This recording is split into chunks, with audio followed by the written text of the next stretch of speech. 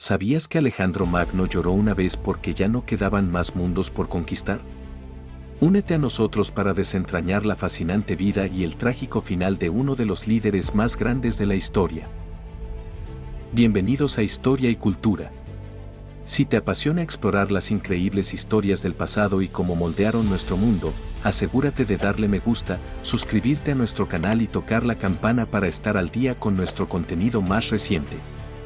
Quédate con nosotros hasta el final, donde revelaremos la leyenda más asombrosa sobre Alejandro Magno que no querrás perderte. Alejandro Magno nació en el año 356 a.C. en Pella, la capital del reino de Macedonia. Su padre, el rey Filipo II, fue un brillante líder militar que había unificado la mayoría de las ciudades-estado griegas bajo el dominio macedonio. Su madre, la reina Olimpia, era una mujer de voluntad fuerte que creía profundamente en el destino divino de Alejandro. Macedonia, bajo el reinado de Filipo II, pasó de ser un reino relativamente débil a convertirse en una formidable potencia en el mundo antiguo. Filipo reformó el ejército e introdujo la formación de falange, que se convertiría en un elemento clave del éxito militar de Alejandro. El panorama político de Grecia en esa época era de rivalidad y conflicto entre ciudades-estado que competían por el dominio. La capacidad de Filipo para unir estos estados sentó las bases para las futuras conquistas de Alejandro, lo que le permitió heredar una fuerza militar poderosa y cohesionada. Filipo y Olimpia mantuvieron una relación tumultuosa, marcada por alianzas políticas y conflictos personales. A pesar de sus diferencias, ambos padres desempeñaron papeles cruciales en la formación de la ambición y el sentido del destino de Alejandro. Olimpia era conocida por su inteligencia, ambición y fuerte influencia sobre Alejandro. Afirmaba tener ascendencia divina, lo que alimentaba su creencia en el destino especial de Alejandro. Los múltiples matrimonios y maniobras políticas de Filipo a menudo generaban tensiones con Olimpia. A pesar de sus desacuerdos personales, ambos padres estaban profundamente interesados en el futuro de Alejandro y se aseguraron de que recibiera la mejor educación y preparación para el liderazgo. Durante los primeros años de vida de Alejandro, Grecia era una región de feroz competencia y rivalidad entre ciudades-estado como Atenas, Esparta y Tebas. Las campañas militares de Filipo habían aportado una relativa estabilidad y unidad, pero las tensiones seguían siendo altas. Las ciudades-estado griegas eran conocidas por su naturaleza independiente y a menudo competitiva. Tebas había sido en el pasado la potencia dominante en Grecia, pero la victoria de Filipo en la batalla de Queronea en el 338 a.C. consolidó la supremacía macedonia. A pesar de ello, muchos griegos resentían el gobierno macedonio y veían a Filipo como un opresor extranjero. Alejandro heredó estas tensiones y su reinado inicial se centró en consolidar el control macedonio y sofocar cualquier rebelión potencial. El imperio persa era la potencia dominante en el mundo antiguo y Grecia tenía una larga historia de conflictos con Persia. El padre de Alejandro había planeado lanzar una campaña contra Persia, un sueño que Alejandro perseguiría más tarde con gran determinación. El imperio persa, bajo gobernantes como Darío III, controlaba vastos territorios que se extendían desde el Mediterráneo hasta el Valle del Indo. Las guerras greco-persas habían dejado un legado de animosidad y asuntos pendientes entre los griegos y los persas. La invasión de Persia planeada por Filipo se vio frustrada por su asesinato, pero Alejandro adoptó rápidamente la visión de su padre, considerándola tanto una continuación de la expansión macedonia como una búsqueda personal de gloria. Alejandro recibió clases del filósofo Aristóteles, quien le enseñó materias que abarcaban desde la filosofía hasta la ciencia. Las enseñanzas de Aristóteles inculcaron en Alejandro el amor por el conocimiento y el deseo de aprender sobre las diversas culturas que conocería. Aristóteles, uno de los filósofos más importantes de la época, fue invitado por Filipo a ser el tutor de Alejandro en el templo de las ninfas en Niesa. Las enseñanzas de Aristóteles abarcaban una amplia gama de temas, entre ellos la ética, la política y las ciencias naturales. Esta educación fomentó en Alejandro el aprecio por la filosofía y el conocimiento que mantuvo durante todas sus campañas. La influencia de Aristóteles también se extendió a las ideas políticas de Alejandro, haciendo hincapié en la importancia de la cultura griega y el potencial para un mundo armonioso. En el año 336 a.C., el rey Filipo II fue asesinado durante una celebración nupcial. Los motivos exactos no están claros, pero su muerte allanó el camino para que Alejandro ascendiera al trono a la edad de 20 años. Tras la muerte de su padre, Alejandro consolidó rápidamente su poder, eliminando a sus rivales y asegurándose la lealtad de la nobleza macedonia. Estaba decidido a hacer realidad el sueño de su padre de conquistar Persia. Al convertirse en rey, Alejandro enfrentó desafíos inmediatos a su gobierno. Se ocupó rápidamente de sus potenciales rivales, incluida la ejecución de su primo Amintas IV y otros conspiradores. Las acciones audaces de Alejandro tranquilizaron al ejército y a la nobleza macedonia sobre su fuerza y capacidad de liderazgo. Rápidamente se ganó el apoyo de las ciudades-estado griegas que habían sido sometidas por su padre, y se centró en consolidar su gobierno antes de centrar su atención en la campaña persa. En el año 334 a.C., Alejandro emprendió su campaña contra el imperio persa.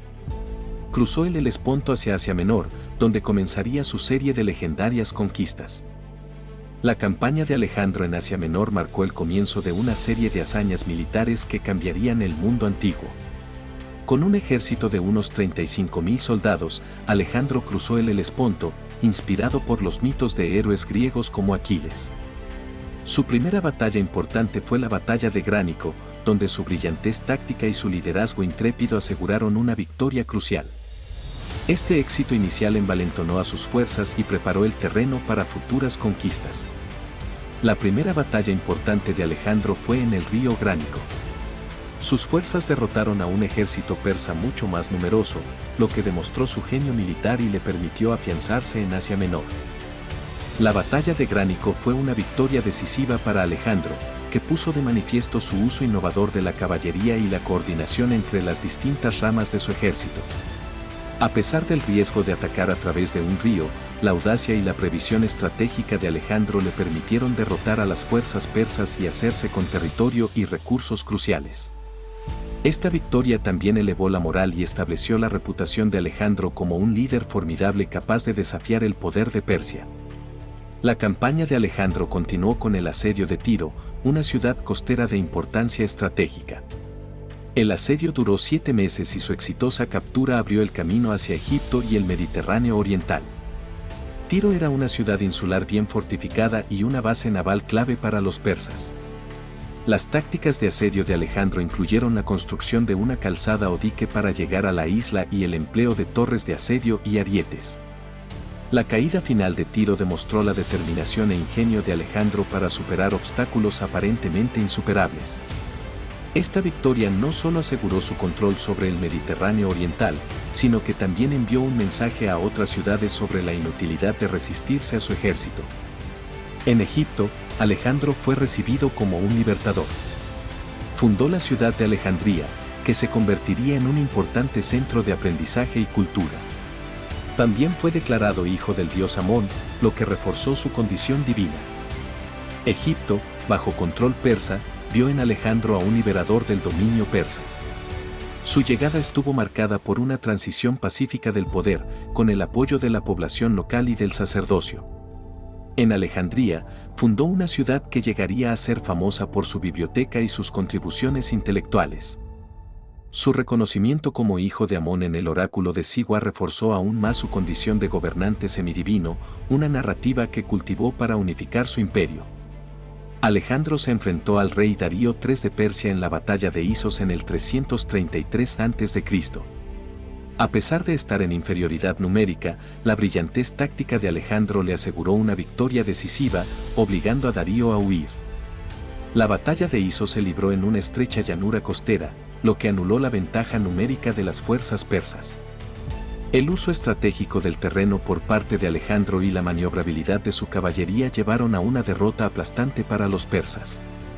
La captura de la familia de Darío durante la batalla demostró el poder de Alejandro y puso una inmensa presión sobre el rey persa.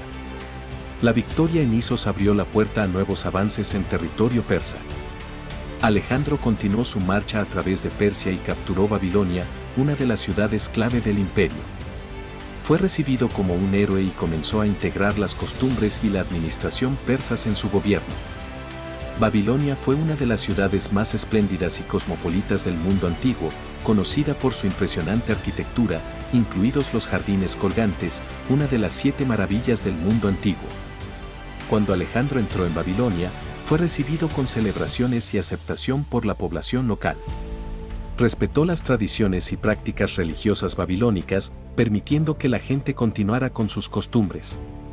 Este enfoque ayudó a Alejandro a mantener la estabilidad y el apoyo en los territorios recién conquistados. Babilonia se convirtió en una base crucial para sus futuras campañas y sirvió como símbolo de su creciente imperio. La batalla decisiva contra Persia se produjo en Gaugamela en el año 331 a.C.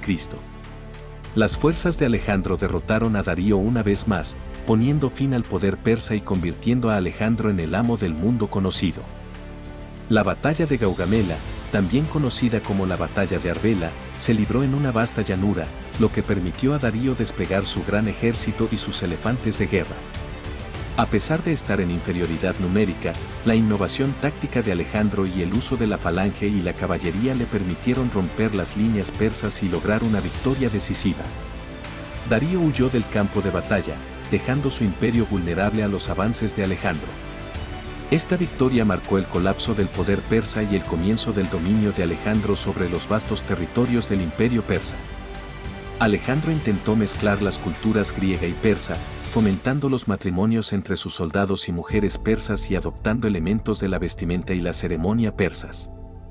La visión de Alejandro era crear un imperio unificado en el que las culturas griega y persa coexistieran en armonía. Promovió la idea de la fusión cultural al alentar a sus soldados a casarse con mujeres locales y organizó bodas multitudinarias en Susa. También adoptó las costumbres y la vestimenta persas, lo que le ayudó a ganar aceptación entre sus nuevos súbditos. Esta política de integración tenía como objetivo fortalecer su control y promover la lealtad entre las diversas poblaciones de su imperio. Aunque este enfoque se enfrentó a la resistencia de algunas de sus tropas macedonias, sentó las bases para la cultura helenística que prosperaría mucho después de su muerte. Alejandro era conocido por su trato relativamente indulgente con los pueblos conquistados. A menudo mantenía a los gobernantes locales en sus puestos y respetaba las costumbres locales, lo que contribuía a mantener la estabilidad de su imperio. A diferencia de muchos conquistadores de su época, Alejandro solía permitir que los líderes locales conservaran sus puestos y le prometían lealtad. Esta estrategia minimizaba la resistencia y garantizaba transiciones de poder más fluidas. Al respetar las tradiciones y religiones locales, Alejandro pudo ganarse el apoyo de las poblaciones conquistadas. Este enfoque no solo facilitó sus conquistas, sino que también ayudó a mantener la paz y el orden en todo su vasto imperio, asegurando que su gobierno fuera visto como legítimo y beneficioso en lugar de puramente opresivo. La campaña de Alejandro se extendió al subcontinente indio, donde se enfrentó al rey Poro en la batalla del río Hidaspes. Esta victoria marcó la expansión más oriental de su imperio. La batalla del Hidaspes, en el año 326 a.C., fue una de las más difíciles para Alejandro debido a la formidable resistencia que opuso el rey Poro y su ejército, que incluía elefantes de guerra. A pesar del terreno difícil y las lluvias monzónicas, la brillantez estratégica y la adaptabilidad de Alejandro aseguraron una victoria reñida. Impresionado por la valentía de Poro, Alejandro lo reinstaló como sátrapa, gobernador regional, demostrando su respeto por el valor y el liderazgo. Esta batalla marcó el punto más lejano de las conquistas de Alejandro, ya que sus tropas, exhaustas y añorando su hogar, se negaron a avanzar más hacia el subcontinente indio. A pesar de su éxito, las tropas de Alejandro estaban cansadas y se resistieron a seguir con la campaña. A regañadientes, se dio la vuelta, reconociendo los límites del alcance de su imperio. Tras la victoria en el Hidaspes, la ambición de Alejandro lo impulsó a seguir explorando el subcontinente indio. Sin embargo, sus tropas, que habían marchado miles de kilómetros desde Macedonia y se habían enfrentado a duras condiciones, estaban exhaustas y añoraban su hogar. También les intimidaba la perspectiva de enfrentarse al poderoso imperio Nanda y a su vasto ejército más al este. Reconociendo los límites físicos y morales de sus fuerzas, Alejandro decidió regresar al oeste, poniendo fin de manera efectiva a su campaña de expansión. Esta decisión puso de relieve los desafíos prácticos de mantener un imperio tan vasto y la necesidad de consolidar sus logros. En su viaje de regreso, Alejandro se concentró en consolidar sus vastos territorios. Planeó nuevas campañas, incluida una invasión de Arabia, pero sus planes nunca se concretarían. A su regreso de la India, Alejandro tomó medidas para fortalecer la administración de su imperio, nombrando funcionarios de confianza para gobernar varias regiones y resolver disputas entre sus generales. También se concentró en proyectos de infraestructura, como la construcción de nuevas ciudades y la expansión de las rutas comerciales. La visión de Alejandro incluía una mayor expansión hacia Arabia y más allá, pero estos planes se vieron truncados por su prematura muerte. Su regreso a Babilonia marcó un periodo de reflexión y consolidación, ya que buscaba asegurar la estabilidad y la prosperidad de su imperio. En el año 323 a.C., Alejandro enfermó en Babilonia. A pesar de los esfuerzos de sus médicos, murió a los 32 años. La causa exacta de su muerte sigue siendo un misterio, con teorías que van desde la fiebre hasta el envenenamiento. La muerte de Alejandro marcó el fin de una era, pero su influencia en la historia, la cultura y la estrategia militar aún se siente hoy en día. Sigue siendo una de las figuras más estudiadas y admiradas de la historia. Y ahora, el hecho más sorprendente sobre Alejandro Magno. El encuentro entre Alejandro Magno y Diógenes el Cínico es una de las anécdotas más famosas de la antigüedad, que ilustra el contraste entre el poder mundano y el desapego filosófico. Según la leyenda, Alejandro visitó Corinto, donde Diógenes vivía en una pobreza autoimpuesta. Diógenes era conocido por su estilo de vida ascético y su desdén por la riqueza material, y era famoso por vivir en una gran jarra de cerámica en lugar de una casa. Cuando Alejandro, impresionado por la reputación del filósofo, se acercó a él y le ofreció concederle cualquier deseo, Diógenes simplemente le respondió: «Apártate de mi luz solar». Esta respuesta puso de relieve la indiferencia de Diógenes hacia el poder y la riqueza, y puso de relieve su creencia de que la verdadera felicidad proviene de la independencia y la autosuficiencia. La reacción de Alejandro ante Diógenes también es digna de mención. Se dice que admiraba el coraje y la convicción del filósofo y comentó: «Si yo no fuera Alejandro, desearía ser Diógenes». Esta declaración refleja el reconocimiento de Alejandro de la libertad y la fuerza interior del filósofo, cualidades que incluso un conquistador podría envidiar. La anécdota destaca un momento de respeto mutuo entre dos individuos muy diferentes, cada uno de los cuales encarnaba formas distintas de grandeza, Alejandro a través de su construcción del imperio y Diógenes a través de su firme compromiso con sus principios. Esperamos que hayas disfrutado de este video. Si quieres que cubramos un tema específico, escríbelo en los comentarios. Dale me gusta a este video y compártelo para que tus familiares y amigos también puedan conocer más sobre la vida y el trágico final de Alejandro Magno. Si aún no lo has hecho, no olvides suscribirte. Y no te pierdas nuestro video recomendado al final.